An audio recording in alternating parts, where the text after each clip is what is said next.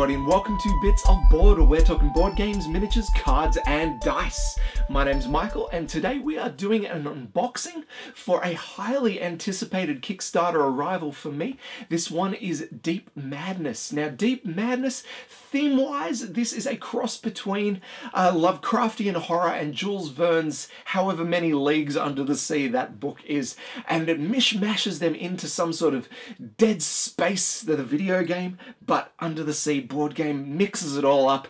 Very, very cool indeed, right up my alley. Now, the way this is going to work, we're going to do the unboxing, it's going to be nice and quick, and then hopefully tomorrow there is going to be the video of the tentative review. I say tentative review because at this stage I haven't played more than a handful of times, but I at least think I'm qualified enough to give the first thoughts sort of stuff, or the third thoughts sort of stuff. Anyway, let's dive into this unboxing. We'll catch the review very shortly. Alright guys and gals, here we have the Deep Madness box, and this thing is huge. As always, these Kickstarter games are just blowing me out of the water with their oversized boxes. So let's go ahead and crack this one open and we'll have a closer look at what this crazy artwork is doing on the cover. Now, before we do our quick spin over this thing, I just thought I should mention that the guys who packed this, I don't know if this was Dimension Games' doing, but every single box in the package I got had one of these things on every single corner, protecting every corner from every little bit of damage it could get, posting this thing from wherever it came from all the way down under here in Australia. So I'd like to just say props to whoever that was. Dimension Games, if that was you, far out, that's good of you. All right, yeah, so let's have a spin over this thing, and I thought I might mention that judging by the cover here, I don't think anyone could be sure of what this game is all about. In fact, even on the back cover, there is not much to go through. We've got the components, we've got a blurb, but that is it. So this whole thing, unless you're familiar with the Kickstarter, is a bit of a surprise.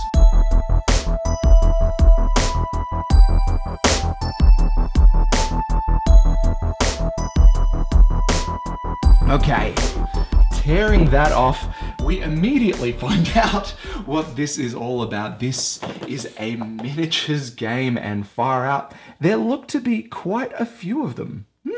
All right. Well, we've got this, actually, wow. We've got a very, very nice rule book here. Look, I'm just going to spin through it as we can do with the rule books. Looks like there is plenty of diagrams to go with what looks to be plenty of rules here. Oh no, we've come to the storybook, and so that is going to set up some of our missions, show us how to set up the maps and all that sort of stuff. I'm not used to seeing these guys so up front. They're usually hidden under the piles and piles of tokens and stuff that we need to punch. So I'm just going to go ahead and move them out of the way, and we'll quickly have a look. Wow, it's really well put together. Look at that. That's awesome. Okay, let's just have a quick look at these tokens. Now, straight up, we can see there is a lot going on here. We have a number of tokens, but we've also got spinners, we've got doors, we've got what could be switches, things for our players to interact with. Everything beautifully done, both sides. Much the same here, different colored hands. I'd say they're player markers or something. Now, this game is, of course, 1 to 6 players, so we have 6 different sets of colors floating around. Oh, I'm starting to lose some little bits here, but that's all right. Not sure what they are yet, but time will tell. What else have we got? So we've got some room tiles, and hang on a second. This is kind of cool. There aren't heaps and thousands of tiles. And what's more, they're actually not that big. This is great. This is potentially going to save, oh wow, this is potentially going to save a lot of space on the table. One of the big drawbacks for these miniatures games is that, well, the table presence. Now, without actually having set up the game or anything like that, smaller pieces either mean more fiddly or they mean less table space. So I'm excited for one of those two options. But yeah, just check it out. They're sort of, what is the word? They've got that textured feel to them. And we've got the other side here with their completely horrific versions of the rooms here. That is boss. They're all clearly numbered, so we've got 30 locations in total there. That is cool. We've got a ton of bases here, a lot of black bases. Does that mean we're going to put them on everybody? Quite possibly. Who knows at this stage? Got some standees for doors, little bits and pieces that we can use to put our spinners together. We've got player bases here, all 6 colors. Lovely. We've got our cards. Some nice large style cards here. These are going to be monster ones. There we go. Whoa. So we've got some players floating around in there. And then we've got some more monsters. And this is great. It looks like they've got a fairly solid indication of what each monster is actually called. Now this is kind of funny. I'll see if I can pull up a picture from the Kickstarter, but these cards were not originally so clear. The abstract design, I guess, the stuff that you can see on the cover, this is the sort of art that populated all of the character cards in prototype form, which, while looking so cool and lending itself to that madness theme, I don't think was super playable. So they changed it a bit, but yeah, very cool. Oh, we've even got little teensy cards down the bottom here. Just float through them. Oh, I don't even know what they're going to represent. I've got to read up on this. Oh, we've got some locations here. So this is so we can potentially randomize a bit of a dungeon, but that is cool. I like that. All right, just before we get to the miniatures, I'm losing my voice again. We can see we have some custom dice here.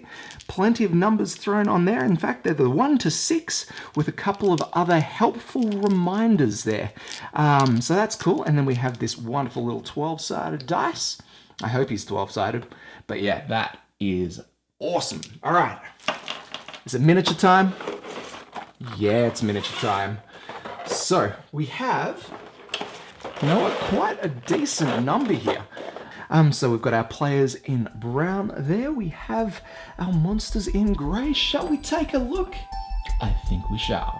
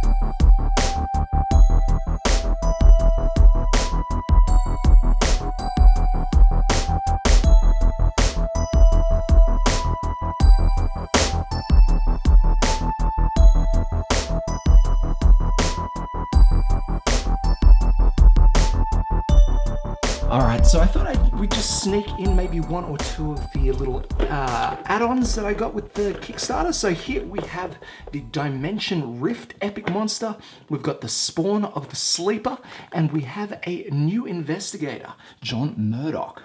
So let's crack these guys open and see what's inside. There's that beautiful art that I was telling you about. Really abstract. I don't know if I could actually identify a miniature based on this stuff, and I think that's why they changed it, but still so pretty. And inside, oh, actually there's a couple of bits and pieces in here. So we've got our big cards in there. We've got some little cards to add, and then we have our miniature. And props to these guys, they're so well detailed. We'll have a nice close look at him in just a sec, but we'll just dive into Spawn of the Sleeper, same deal. There's that crazy artwork there. And inside, it's gonna be the same. Oh wow, lots of little things in there. So here we have our cards, Tentacolo, cool. Little cards and miniatures. Now these must be the little Tentacolo little dudes there. They're gonna be so cute and scary, and wow. All right, again, we'll have a look at him in just a sec. Our last one here is John Murdoch, the Investigator. Let's crack this guy open. All right. So we have our miniature there, and underneath this, we have our cards all packaged up nicely. Cool. I really like that. A little blister pack takes me back to the Warhammer days, and this guy here. Right. Let's take a look at all these guys together.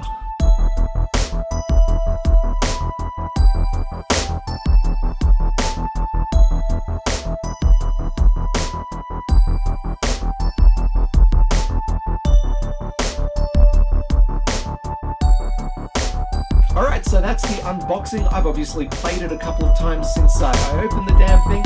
It's just taken me a little while to get this, the intro, outro done for you guys. But yeah, obviously it's a beautiful looking game, and it's got some pretty hidden depth under the hood there. You would be excused for passing it off as a Zombicide sort of game. And I know there are games that did it before Zombicide, but the Kickstarter connection is too important to, to ignore here. There is a lot of hidden depth underneath the hood on this one, and I cannot wait to show it off. So stay tuned. The gameplay run through, the first thoughts, they're coming up next. Don't go too far, alright? I'll see you next time.